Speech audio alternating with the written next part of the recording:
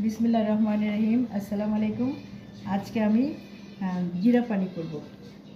ना प्रथमे तेतुलेर काक तेतुलके आमी पानीते भिजिए काक तैरी करे निয়েছি 1 কাপ परिमाण। तारपरे 1 কাপ परिमाण पानी दिচ্ছি, চিনি দিব टेबिल चामचের 3 চামচ। এইখানে মেপে রেখেছি যে আমি একটু গুলিয়ে নিই।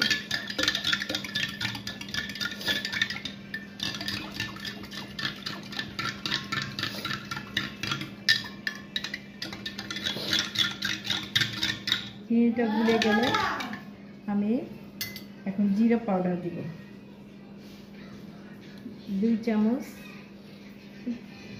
এটা ছোট চামচ তো এটা 3 চামচ দিলাম। দিয়ে জিরা পাউডার দিয়ে শরবতটা বানাচ্ছি। আমি একটু চেখে দেখি চিনিটা হয়েছে কিনা। হ্যাঁ, পারফেক্ট হয়েছে। এখন আমি সার্ভ করব।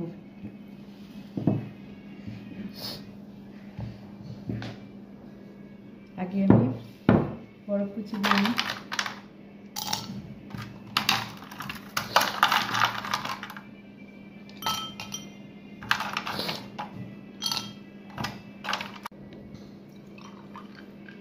অনেক মজা হয় এই সব ইয়েটা, জিরা পানির শরবতটা।